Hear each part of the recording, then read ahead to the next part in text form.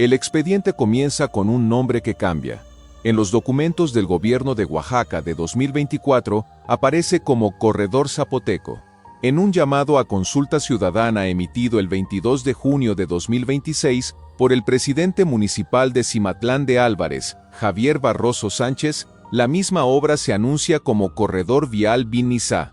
En los boletines más recientes, fechados en agosto de 2026, vuelve a llamarse Corredor Vial Zapoteco. 3 nombres, 3 momentos. Un solo trazo, una autopista de 4 carriles, de entre 67.5 y 70 kilómetros, que requiere liberar un derecho de vía de hasta 60 metros, y que según el propio gobierno estatal, correría desde el municipio de Soledad Etla, en el Valle de Etla, hasta San Jerónimo Tlacochaguaya, en el entronque con Macuilxóchitl, para conectar la autopista 135 de con la nueva supercarretera 175 de hacia la costa y con la carretera federal 190 hacia el istmo de Tehuantepec. Ese trazo no nació en 2022. Cuando Salomón Jara Cruz asumió la gubernatura de Oaxaca, autoridades agrarias de la región, citadas por La Jornada el 9 de febrero de 2025, documentaron que el proyecto tiene más de 14 años. Eso lo remonta al final de la administración de Ulises Ruiz Ortiz, gobernador priista de 2004 a 2010, bajo cuyo mandato aquella vialidad se conoció como Libramiento Sur. El expediente, entonces, no es nuevo, es un proyecto que ya existía, que fue frenado por la oposición de comunidades campesinas y que ahora reaparece con otro nombre, bajo otra administración, con el mismo trazo sobre las mismas tierras. El antecedente inmediato de aquel freno tiene nombre propio, el Libramiento Norte, vialidad hermana proyectada en la misma época para la zona norte de la capital oaxaqueña. Hoy, según reportes de El Imparcial de Oaxaca, ese libramiento nunca se concluyó. Sobre el Cerro de Viguera no existe carpeta asfáltica. Los tramos abandonados se transitan en bicicleta o motocicleta. Hay al menos 5 bloqueos de tierra y 2 plumas metálicas colocadas por comuneros de San Felipe del Agua para impedir el paso. Ejidatarios de Trinidad de Viguera atribuyen el fracaso a la falta de consenso entre los representantes del gobierno estatal que trazaron la vialidad y las autoridades ejidales y comunales de la zona. El resultado, documentado por ese mismo medio, es un basurero y refugio de delincuencia en pleno corazón de lo que iba a ser una obra de conectividad. Ese es el precedente físico, verificable, que las comunidades de valles centrales invocan hoy cuando se les presenta el Corredor Zapoteco. El gobierno de Ulises Ruiz Ortiz no cayó por el Libramiento Sur.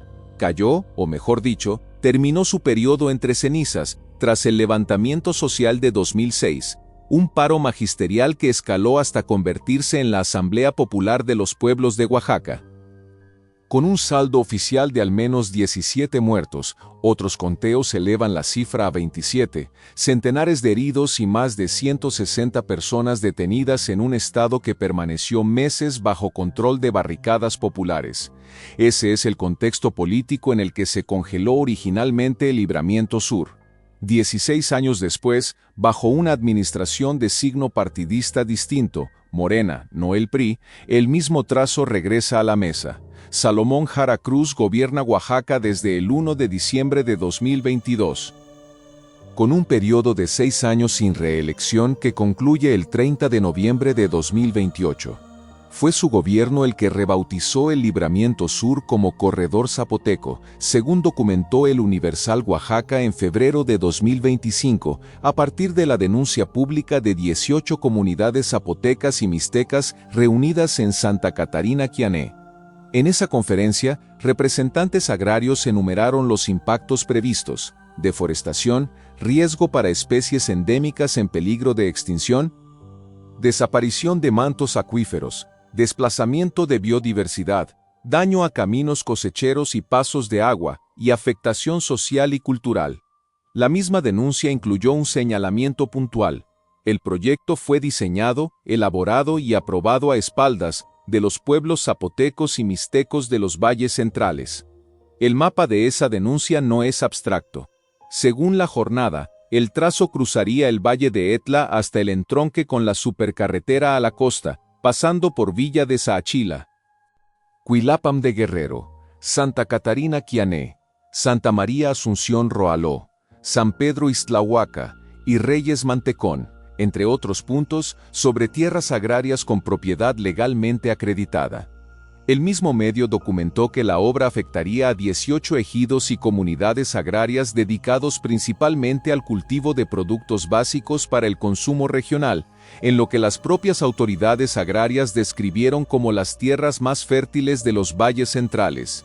En julio de 2026, esa oposición dispersa adquirió estructura. En una asamblea celebrada en Santa María Saachila, representantes agrarios de 8 comunidades, Cuilapam de Guerrero, Santa María Saachila, Santa María Asunción Roaló, Barrio La Guadalupe, La Raya Cimatlán, Reyes Mantecón, Santa Catarina Quiané y Santa Ana Segache, constituyeron el Frente de Ejidos y Comunidades Agrarias en defensa del territorio contra el corredor vial zapoteco. El pronunciamiento conjunto fue explícito sobre el vacío informativo. Hasta ese momento, señalaron, desconocían el impacto de la obra sobre mantos acuíferos, escurrimientos, pozos y el acceso al agua en sus comunidades. Es decir, a más de un año de que el proyecto fuera presentado públicamente bajo el nombre de Corredor Zapoteco, las comunidades directamente atravesadas por su trazo carecían todavía de los estudios de impacto hídrico que permitirían evaluar la obra con información. Ese vacío no impidió que se convocaran consultas. El 22 de junio de 2026, el presidente municipal de Cimatlán de Álvarez llamó a los pobladores de ese municipio a participar, el domingo siguiente, 5 de julio, en una consulta ciudadana para decidir la aceptación o el rechazo del corredor vial Vinizá, el mismo proyecto bajo otro nombre. El comisariado ejidal de Cimatlán respondió con un comunicado de inconformidad. Denunció que las autoridades agrarias del ejido no habían sido consideradas en el diálogo previo con el gobierno estatal. La objeción no era sobre el fondo de la obra, sino sobre quién tenía derecho a decidir sobre ella, la autoridad municipal, que convocó la consulta, o la autoridad agraria, dueña legal de las tierras que el trazo debía atravesar. 7 semanas más tarde, el patrón se repitió en otro punto del trazo. A pesar del rechazo acumulado de comunidades vecinas, las autoridades municipales de San Lorenzo Cacaotepec convocaron una consulta pública para el domingo 23 de agosto de 2026, con un margen de organización que medios locales calificaron de express. En las asambleas previas, pobladores de esa comunidad expusieron que las ofertas económicas del gobierno estatal por sus predios eran, en sus palabras, muy bajas, y manifestaron que no estaban dispuestos a vender terrenos comunales ni ejidales. El resultado de esa consulta fue el rechazo del proyecto por parte de la Asamblea de San Lorenzo Cacaotepec. San Lorenzo Cacaotepec no es un punto cualquiera del trazo. Es, según reportó Agencia Oaxaca MX en mayo de 2025, la sede designada para la futura Ciudad de la Salud, un complejo que integrará 2 hospitales regionales de alta especialidad, uno del IMSS y otro del ISSTE. En esa misma nota, el gobernador Jara Cruz ya había abierto, más de un año antes de la consulta express de agosto de 2026, la posibilidad de replantear el trazo y el propósito del Libramiento Sur, así lo llamó entonces, para conectarlo precisamente con ese nuevo polo hospitalario. El dato importa por lo que revela sobre la naturaleza del proyecto.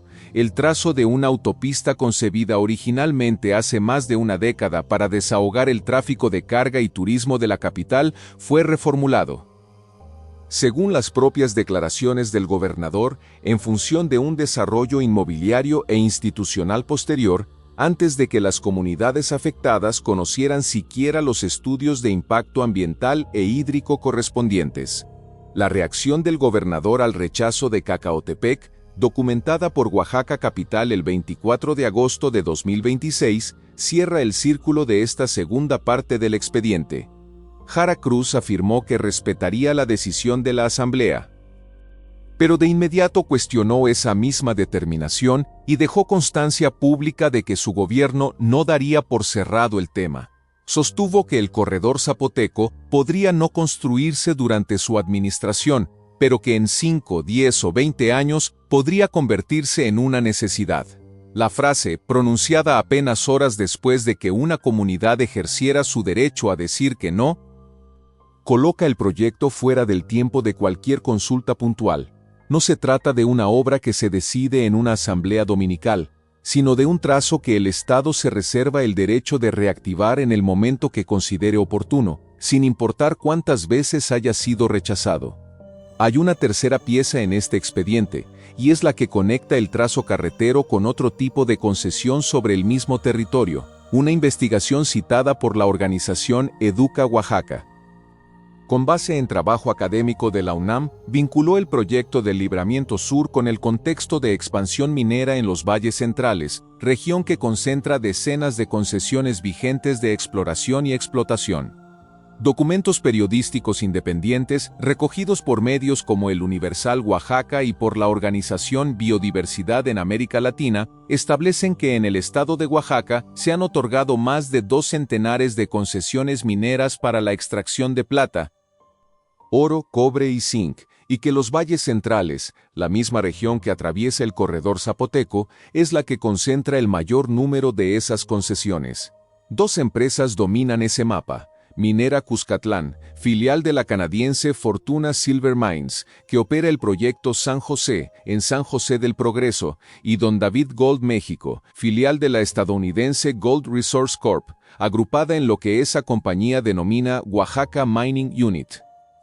Organizaciones sociales que participaron en el juicio popular y comunitario contra el Estado y las empresas mineras, realizado en Oaxaca de Juárez, documentaron que entre ambas firmas controlan concesiones equivalentes a alrededor del 80% del territorio de los valles centrales, la región más poblada del estado. El patrón de conflicto entre esas concesiones y las comunidades zapotecas tiene expedientes judiciales concretos. En abril de 2024, 11 comunidades zapotecas de los valles centrales obtuvieron la suspensión de plano de concesiones mineras después de documentar incumplimientos reiterados de Minera Cuscatlán. El amparo fue concedido por el juez de distrito Emanuel Hernández. 5 meses después, en septiembre de 2024, esas mismas comunidades denunciaron la contaminación del río El Coyote, atribuida a la operación de esa misma empresa. Desde 2011, según consta en los pronunciamientos de las asambleas comunitarias de San José del Progreso, las comunidades habían determinado no permitir la expansión territorial del proyecto minero San José. La respuesta documentada de los distintos órdenes de gobierno, según esas mismas actas, fue promover la actividad minera en lugar de respaldar la decisión asamblearia. El 19 de agosto de 2026, 4 días antes de la consulta exprés de San Lorenzo Cacaotepec, 16 pueblos y comunidades de los valles centrales se reunieron en Magdalena Teitipac para el foro regional Tejiendo Organización y Resistencia frente al despojo en los valles centrales de Oaxaca. La sede no fue casual. Magdalena Teitipac es la comunidad donde en 2013 la organización vecinal logró detener el proyecto minero El Doctor. Participaron representantes de San Mateo Macuilxochitl, San Baltasar Chichicapam, Santa Ana Segache, Santiago Matatlán, San Dionisio Ocotepec, Santa Ana del Valle, San Pablo Huilá, San Juan Huelavía, Santa Cruz Papalutla, San Antonino Castillo Velasco, Santa Catarina Minas, Teotitlán del Valle, Villa Hidalgo Yalalac, San Lorenzo Cacaotepec, Cimatlán de Álvarez y Progreso San Lázaro. La declaratoria conjunta que emitieron ese día rechazó, en el mismo documento, tanto la expansión minera como el corredor vial zapoteco. Y fijó una posición sobre el mecanismo de consulta que el gobierno estatal venía utilizando en Cimatlán y en Cacaotepec, que la consulta no puede reducirse a reuniones informativas ni utilizarse para legitimar decisiones ya tomadas. Puestas una junto a otra, estas 3 piezas, el trazo carretero, las consultas exprés convocadas por autoridades municipales sin aval de las autoridades agrarias y el mapa de concesiones mineras sobre el mismo territorio, no requieren adjetivos para mostrar su relación. El corredor vial zapoteco es, en los documentos oficiales y en las notas de prensa que lo anuncian, un proyecto de conectividad vial. Es, al mismo tiempo, según el propio gobernador que lo promueve, un trazo que puede reformularse según convenga a otros desarrollos, y que su administración se reserva el derecho de reactivar independientemente de lo que decidan las asambleas locales. Y es, según la evidencia documental recogida por organizaciones sociales y académicas durante más de una década, un trazo que corre sobre el mismo territorio donde dos empresas extranjeras concentran, según denuncias verificables ante tribunales, la mayor parte de las concesiones mineras vigentes en el estado. Ninguna fuente oficial ha establecido hasta la fecha de este expediente un vínculo administrativo formal entre el trazo del corredor zapoteco y las concesiones mineras de los valles centrales.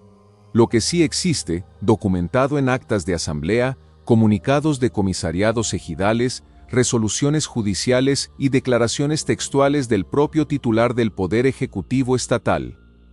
Es una secuencia verificable, un proyecto abandonado hace 14 años bajo otro gobierno y otro nombre, una reactivación bajo un nombre distinto en 2024, una segunda variación del nombre en una convocatoria municipal de 2026, consultas convocadas con semanas de anticipación en territorios donde persiste una disputa jurídica no resuelta con empresas mineras extranjeras, y una declaración del gobernador posterior al rechazo formal de una de esas consultas, en la que se reserva el derecho de retomar la obra en un plazo de hasta 20 años. Los documentos están ahí, las fechas están ahí, las actas de asamblea están ahí. Que el lector determine, con esos elementos sobre la mesa, si se trata de una obra que las comunidades pueden efectivamente rechazar o de un expediente que el Estado ha decidido de antemano que no se cierra.